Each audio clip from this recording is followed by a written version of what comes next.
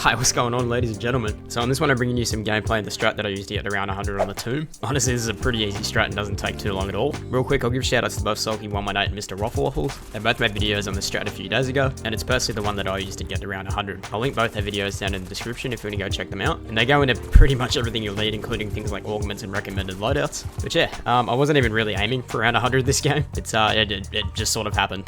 So I ended up spawning with the AK, which is pretty decent for the early game. It was also pretty helpful at taking out a few of the mini bosses and special enemies. Alright, so first things first, this strat is pretty dependent on the upgraded ice staff. I use this pretty much throughout the entire game, obviously besides the early game and setup. I also made sure to leave the second left side spawn door closed. This means that we'll be getting quicker spawns in the stamina up room, which is where I ended up training in the mid and late game. I tried to make sure to have the ice staff upgraded by at least the mid 20s or around 30 at the latest. Once I got my upgraded staff, I was pretty much just training in the Dark Ether, just up on that like top little pedestal bit where you actually build the ice staff. If you're looking to get around 100 as quick as possible though, I would definitely recommend just heading straight to the stamina up room. You could also turn on the rampage inducer for quicker spawns, but yeah, I was playing it pretty safe in my game. Definitely not the fastest strat, but the rounds were still going by pretty quick. So also one of the augments you can unlock for Vault Raid was pretty useful here, as taking out zombies and mini bosses has the potential to drop ammo for your ice staff. But yeah, I was training in the Dark Ether until about round 55, and then headed over into the stamina up room. And if you leave both the left and right side doors shut, bro, the spawns are just insanely fast. I always made sure to have a mutant injection ready, just in case I got trapped or low on health. Also had a few Casmirs in the back pocket,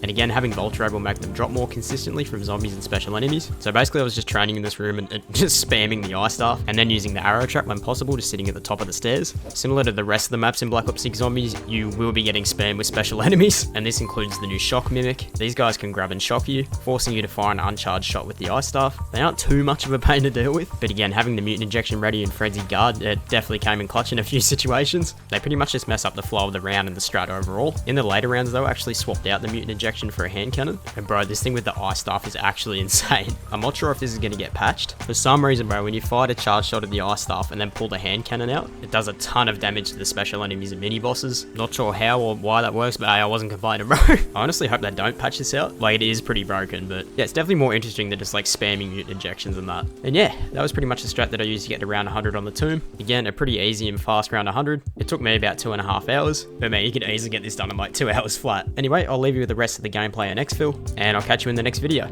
Cheers.